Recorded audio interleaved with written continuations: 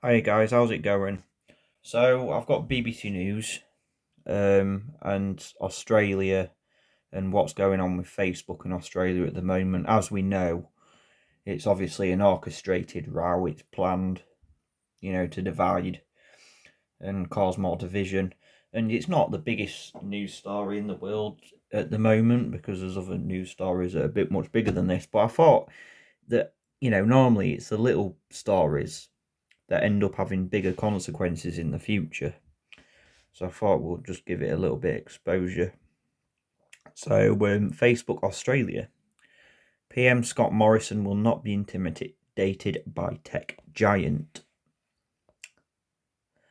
Australian Prime Minister Scott Morrison has said his government will not be intimidated by Facebook blocking news feeds to users. So it's blocked all the news feed to users in Australia so people can't access news on Facebook in Australia. Now, that's what's going on. And it just makes me wonder where they're taking this. Where next? They might not take it anywhere, but it could be building up to something much bigger. You know, Facebook having a problem with Australia. We all know that Chinese communism is being rolled out in Australia. I think Scott Morrison or Dan Andrews, one of them, did a deal somewhat years ago with China to split Australia up into 6 cantons, Chinese cantons, I think it was. So we all, as we know, China is playing the bad guy as all this. We all know it's one system though, so it doesn't really matter. But yeah, China's overtaken of Australia, probably one of the first nations. But as we know, Chinese communism has been rolled out all over the world through all these lockdowns. So yeah, Facebook is responding to a proposed law which would make tech giants pay for news content on their platform. It says the legalization fundamentally misunderstands the relationship between the platform and the publishers. Australians on Thursday woke up to find that Facebook pages of all local and global news sites were unavailable.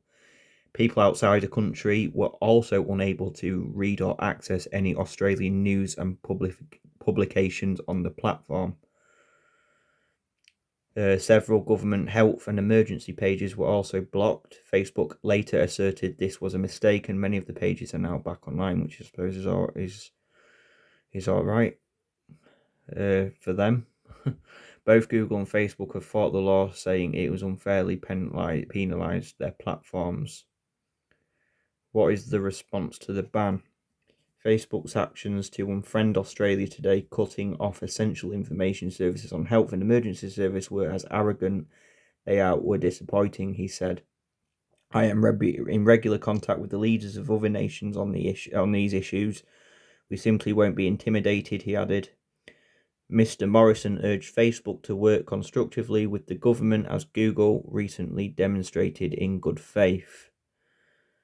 Treasurer Josh Frydenberg said the ban on the news information had a huge community impact. About 17 million Australian huge community impact just access to news. Oh, okay. About 17 million Australians visit the social media site every month. Consumption of digital news through social media and search engines is growing in Australia, according to Reuters digital news report for 2020. Some 37% of customers who took part said they had gained access to the news via social media over the course of a week, compared to 31% who directly accessed website or app, the report said. Western Australia Premier Mark McGowan accused Facebook of behaving like North Korean dictator. Wow. Yeah, well, we all know the world's behaving like bloody North Korean dictators at the moment, aren't they? Like I've just done a video on North Korea.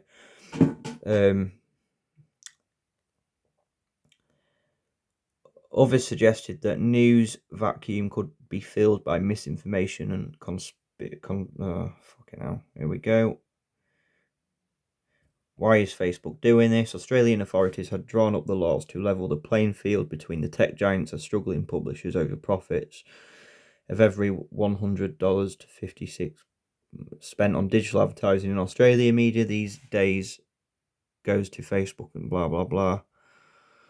Okay. What will happen to the law? Australia's Conservative government is standing by the law which passed the lower house of Parliament on Wednesday.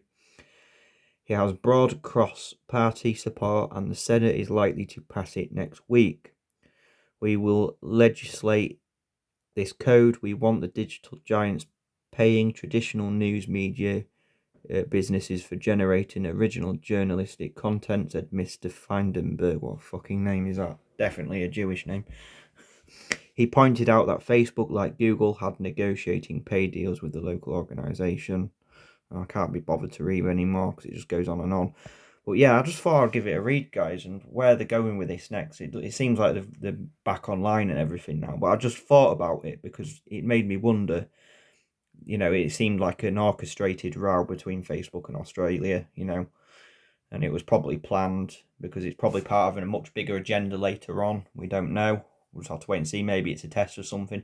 But yeah, I do always watch out for these little stories. I mean, I suppose it's quite a big story in Australia because it's always the little stories that people don't pay attention to because of all the other bigger stories that are going on. So people don't pay attention to them, and the little stories are the ones we think we need to pay attention to because they're the ones that will probably have a much bigger impact later on down the line. You know, just think about it. Facebook blocking news in Australia can lead to censorship. All kinds of stuff can go on. It can cause a lot of. It could. Not saying it will. You know, they could take it to other levels of censorship. Who knows? But yeah, just thought I would just give it a little bit of exposure. Doesn't seem like a massive deal, but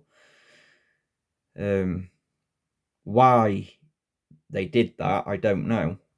Maybe it's for some agenda later on. We'll just have to wait and see. Thanks, guys.